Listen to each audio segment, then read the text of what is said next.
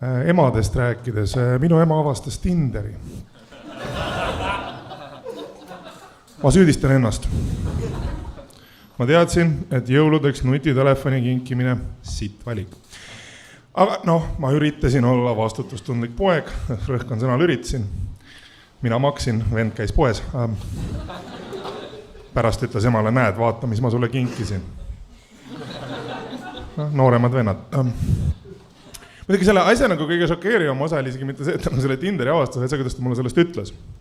See oli pühapäeva hommik, kell 9, ma olin kodus, purjus. Ma olen kooliõpetaja, reede õhtul läheb kohe ja loodad esmaspäeva hommikuks kaineks saada. Koolidirektor loodab veel rohkem.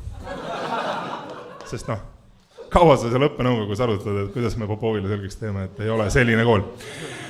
Ja istun kodus, elu ilus, eks vaatan, lapsed mängivad kiriku ümber, ma elan kiriku kõrval. Järsku vaatan, ema helistab, mul tekkis kohe nagu natuke hirm, sest ma olen pool venelaste perekonnast ja tavaliselt mu ema helistab mulle 2 põhjusel. Keegi on surnud või ta tahab mind sõimata. Ja kui on hea päev, ta paneb need 2 kokku. Mõtlesin, et kinnisvara hind, otsin praegu uut korterit, vaadates kinnisvara hindu, tead täpselt, kellel sugulasel, milline elam on ja kui vanad nad on, mul on kalendri vaata. See on äkki joppas. Ema oli selline, et kohe, ilma mingi sissejuhatust ja mingit tere midagi, lihtsalt ma sain, jaa. Kuule, poeg, Tinderist oled kuulnud või? Mul paugust kaineks kohe.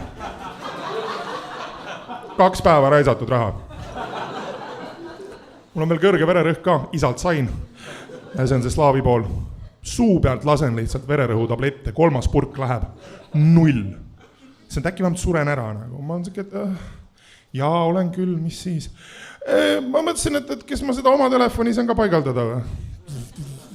Ma siuke, et oota, et tema, et kuidas me jõudsime, tule kustuta mu vanad sõnumid ära, paigalda mulle Tinder. Siin on mingi 30 aastat Eesti IT-ajalugu vahelt puudu. Kui sa leidsid selle üldse, et see oli see tüdrukud töö juures soovitasid.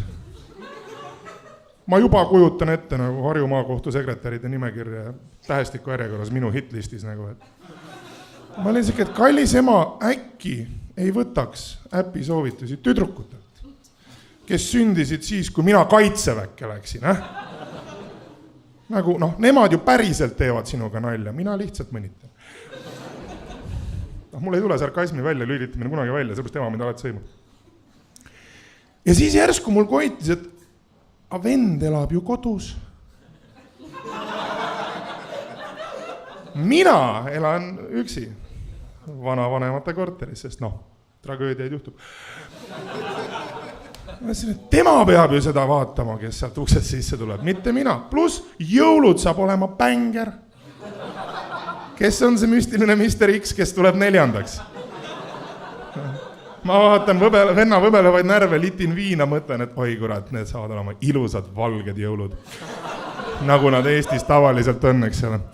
Ja ma reaalselt, ma hakkasin juba kõndima vanemate kodu poole, aga ma kurat rikkusin selle ära, sest et mul väiksed võnked olid peale seda pedagoogilist seminari, mis ma isendaga olin 2 päeva pidanud.